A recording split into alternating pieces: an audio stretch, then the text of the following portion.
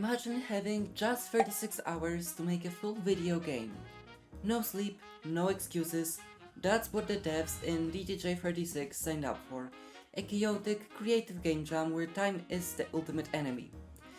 This time, the theme was one room and some of the entries were absolutely mind-blowing. As the judge, I played a bunch of the submissions, and today I'll take you through the ones that stood out the most to me, whether for their clever mechanics, gorgeous art, or just sheer weirdness. Let's firstly start with the games that had the most clever mechanics, and I'm gonna start with the game Many Doors One Room by Icopsile. The idea behind the game is that you are stuck inside of a room with 200 doors, and each of them has a unique minigame behind it. If you manage to beat the minigame, you get a hint to which door is the correct one, like the number is negative or the number is divisible by 3. I keep thinking of how this could grow into a full escape room experience. Next up, we have Your Room Only by Pretty. Correct me if I'm pronouncing this wrong. This game has a really cool concept. Your parents leave the house and your job is to clean just your own room. Sounds simple, right? Well, not so much. Your room is plagued by anomalies, shift size, and you have to move it around to throw the trash out of the window. It's such a fun physics playground, and I think I've played this one for way too much time. And now let's talk about the games that had the coolest visuals or audio. I'm gonna start with the submission O. This game is basically an arcade shooter, but your space is limited as hell. In my opinion, its theme implementation is average, however everything else is absolutely stellar. Especially its audio and art style. It has an awesome retro arcade game look, some really cool effects for the arena borders, and just awesome animations. And the audio, well, just listen to it.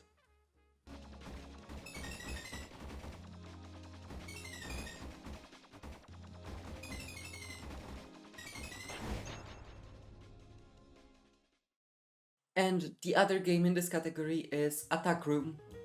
This game reminds me a whole lot of Window Kill. And after talking to the developer, I found out that it was actually inspired by it, which makes a whole lot of sense when you look at it. In the game, you are stuck inside of a room that constantly is shrinking, forced to collect purple bullets from outside the room using your mouth to use them to expand the room, while fending off enemies coming from the outside of your room and trying to shrink it on you. That was a mouthful. Either way, the audio in this game is really simple, consisting of only a few good sound effects. However, in the end, it is an awesome auditory experience.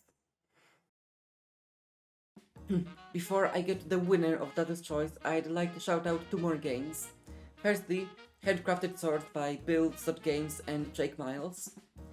For me, this is the most engaging game of this jam, and I swear I spent at least an hour and a half playing this game.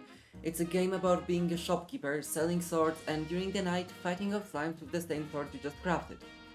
A whole lot of fun, especially since the more you progress, the more different tools to craft swords you unlock. The game also hits the gambling addict inside all of us, because when hitting the sword with a hammer to change its stats, there's always a small chance for it to be destroyed. It's truly an awesome game. And next up, Fly Me to the Room by Frowz, Jeff Rubies, and Powys. Even if this is not the best game in this jam if it comes to gameplay, it certainly is one of my favorite theme implementations. You play as a fly, and your goal is to save other flies and escape the room. Sounds simple?